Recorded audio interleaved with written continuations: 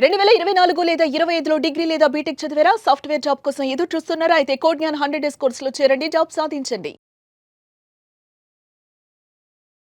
Number of students ఈరోజు మీ దగ్గర అంటే వాళ్ళ కెరీర్ అంతా ఇక్కడే పెట్టేసి మాకు ఒక అవకాశం దొరుకుతుందని చెప్పేసి ఒక హోప్తో కూర్చున్నటువంటి వాళ్ళు చాలా మంది ఉన్నారు. అలా అని జాబ్ క్రాక్ చేసినటువంటి వాళ్ళు, అది కూడా 17 ఎల్పిఏ 20 ఎల్పిఏ చూసినటువంటి వాళ్ళు కూడా ఉన్నారు. కాబట్టి ఆ అర్హత మీకే ఉంది, ఆన్సర్ చేసేటువంటి అర్హత.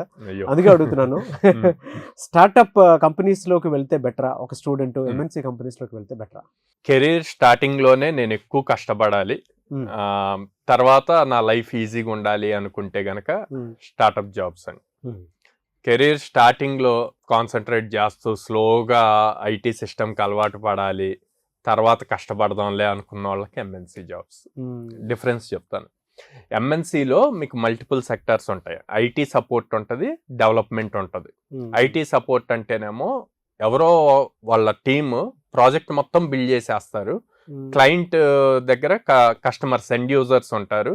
వాళ్ళు యూజ్ చేసుకునేటప్పుడు వచ్చే ఇష్యూస్కి వీళ్ళకి కాల్ చేస్తూ ఉంటారు. సో ఐటీ సపోర్ట్ జాబ్కి వెళ్ళినప్పుడు ఆ ప్రాజెక్ట్ అర్థం చేసుకొని వీళ్ళకి ఆన్సర్స్ ఇస్తూ ఉండాలి, మీరు ఇలా చేయాలి ఎట్లాగా అని.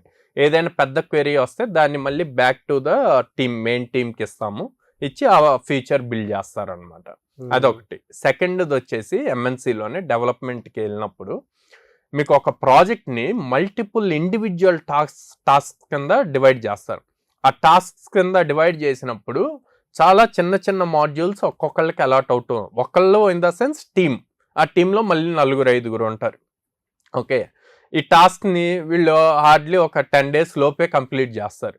దాన్ని మళ్ళీ టెస్టింగ్ తీసుకెళ్ళాలి, మాన్యువల్ టెస్టింగ్ చేయాలి, ఆటోమేషన్ టెస్టింగ్ చేయాలి. అదంతా కంప్లీట్ అయ్యేసరికి 6 months to 1 year పడుతుంది. కానీ వీళ్ళు వర్క్ చేసింది ఎంత? 20 days వర్క్ చేసి ఉంటారు. ఆ ప్రాజెక్ట్ అయ్యే వరకు ఇంక వాళ్ళు దాని మీదే ఉంటారు. వీళ్ళు కొత్తగా నేర్చుకునేది ఏముండదు.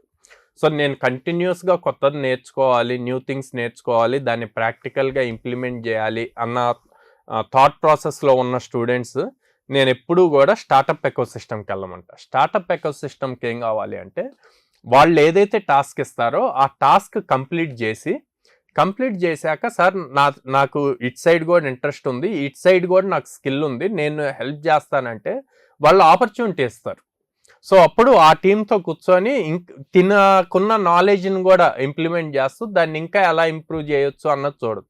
ఆబ్వియస్గా స్టార్టప్కి ఎప్పుడు ఫైనాన్షియల్ బర్డెన్స్ ఇవన్నీ ఉంటాయి. ఉన్నప్పుడు ఉన్న టీంతోనే ఎలా కంప్లీట్ చేయాలి అన్నది చూస్తూ ఉంటారు. సో అలాంటప్పుడు మీ స్కిల్ని అక్కడ కనుక ఇంప్లిమెంట్ చేస్తే అది ప్రాజెక్ట్ కంప్లీట్ అయింది అనుకోండి, అటు కంపెనీ సక్సెస్ అవుద్ది, మీకు నేమ్ వస్తుంది, నేమ్తో పాటు మీకు బెనిఫిట్స్ కూడా వస్తాయి అన్నమాట. అదే ఎంఎన్సీస్లో మీరు ఏదైతే చిన్న టాస్క్ ఇచ్చారో అదే 6 months 1 year వరకు అదే చేస్తూ కూర్చోవాల్సి. ఇప్పుడు చూస్తే కనుక ఎంఎన్సీస్లోనే ఎక్కువ లే ఆఫ్స్ అవుతున్నాయి. మీరు కింద స్టార్టప్స్లో కానీ లేకపోతే మిడ్ సైజ్ కంపెనీస్లో ఎక్కడైనా లే ఆఫ్ జరిగినట్టు విన్నామా లాస్ట్ 1.5 yearలో? అన్నీ ఎంఎన్సీస్ నుంచి అవుతున్నాయి. ఎందుకు అవుతున్నాయి ఎంఎన్సీస్లో? ఆ టాస్క్ అయిపోయి ఎవరైతే ఖాళీగా బెంచ్ మీద ఉంటున్నారో వాళ్ళకి వేరే వర్క్ ఇయటానికి లేక కాస్ట్ కటింగ్ కోసం తీసేస్తున్నారు. ఓకే, సో అందుకే ఎప్పుడు కూడా టీసీఎస్ కానీ విప్రో, ఇన్ఫోసిస్ వీటిల్లో రాలేదు, వేరే నార్మల్ కంపెనీలో వచ్చిందన్న కంపారిజన్ చేయొద్దు. ఈ కంపెనీలో వచ్చినా సరే ఈ కంపెనీ ఎన్ని ఇయర్స్ నుంచి ఉంది, వాళ్ళు ఏ ప్రాజెక్ట్స్ మీద వర్క్ చేస్తున్నారు అన్న క్లారిటీ తెచ్చుకొని మీరు స్టెప్ ఆన్ అవ్వచ్చు. అక్కడ స్కిల్ నేర్చుకోగలరా లేదా అన్నదే చూడండి. స్కిల్ నేర్చుకునే ఆపర్చునిటీ ఉంటే ఏ కంపెనీ అయినా ఓకే, ముందు కెరీర్ స్టార్ట్ అవ్వాలి. అంతేగాని నేను ఎంఎన్సీకే వెళ్ళాలి, స్టార్టప్స్కి వెళ్ళకూడదు అన్న పాయింట్ పెట్టుకోవద్దు. స్టార్టప్స్ నుంచి ఒకేసారి హై ప్యాకేజెస్తో ఎంఎన్సీస్కి వెళ్ళండి. కెరీర్ స్టార్ట్ చేసుకొని 2-3 year ఎక్స్పీరియన్స్తో ఎంఎన్సీకి వెళ్ళండి.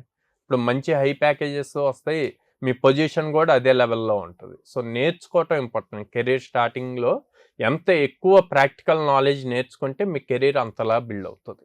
ఎనీవేస్, థ్యాంక్ యూ అండి. Thank you so much Sairam గారు. చాలామంది కెరీర్ గైడెన్స్ పాయింట్లో కానివ్వండి, అవకాశాలు ఎక్కడెక్కడ ఉన్నాయనేటువంటి విషయాల్లో కానివ్వండి, కోడ్ని సంప్రదించాలనుకున్నటువంటి వాళ్ళు ఉన్నారు. ఎందుకు అని అంటే వాళ్ళు కూడా రావాలనుకుంటున్నారు. ఈవెన్ కెరీర్ గ్యాప్ వచ్చినటువంటి వాళ్ళు కూడా ఇవాళ కోడ్ని సంప్రదించాలి అనుకున్నటువంటి వాళ్ళే ఉన్నారు.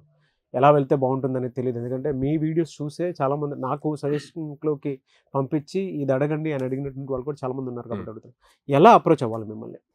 స్క్రీన్ మీద కనిపిస్తున్న నెంబర్స్ కాల్ చేయొచ్చండి. నేనైతే డైరెక్ట్గా మా బ్రాంచెస్కి విజిట్ చేయమంటాను. విజయవాడలో మొగలరాజపురంలో ఉంది, హైదరాబాద్ JNTU మెట్రో స్టేషన్ దగ్గర ఉంది, అమీర్పేట్ చెన్నై షాపింగ్ మాల్ ఆపోజిట్లో ఉంది, and Bengaluru BTM layout second ఫేజ్లో ఉందన్నమాట. బ్రాంచెస్కి విజిట్ చేసి మీ డౌట్స్ అన్నీ, మీకున్న క్వశ్చన్స్ అన్నీ మా కౌన్సిలర్స్తో మాట్లాడి క్లారిఫై చేసుకొని అప్పుడు జాయిన్ అవ్వమంటాను. అండ్ ఈవెన్ అక్కడ మన దగ్గర ఇప్పుడు ప్రజెంట్ ఎవరైతే ట్రైన్ అవుతున్నారో ఆ స్టూడెంట్స్తో కూడా ఇంటరాక్ట్ అవ్వండి. ఇంటరాక్ట్ అయ్యి ఇప్పుడు మనం ఏదైతే చెప్తున్నామో అవి నిజంగా జరుగుతున్నాయా లేవా, ఇస్తున్నారా, అన్ని ఆపర్చునిటీస్ ఇస్తున్నారా అన్నది తెలుసుకొని అప్పుడే స్టెప్ తీసుకోమంటాను. Thank you so much sir. Thank you అండి. చూసారు కదండి ఈ వీడియోపై మీ అభిప్రాయాన్ని కమెంట్ బాక్స్లో పోస్ట్ చేయండి. ముఖ్యంగా మీరు కనుక కోడ్9లో జాయిన్ అవ్వాలి అనుకునేటువంటి వాళ్ళు స్క్రీన్ మీద మీకు కాంటాక్ట్ నెంబర్ కనిపిస్తుంది, దాన్ని మీరు కాల్ ఆర్ మెసేజ్ వాట్సాప్ చేసి వెంటనే ఎన్రోల్ చేసుకోండి. అండ్ ఈ వీడియో లైక్ చేసి షేర్ మాత్రం తప్పకుండా చేయండి. ఇలాంటి మరిన్ని వీడియోస్ కోసం మా ఛానల్ ఫాలో అవ్వండి. Thank you.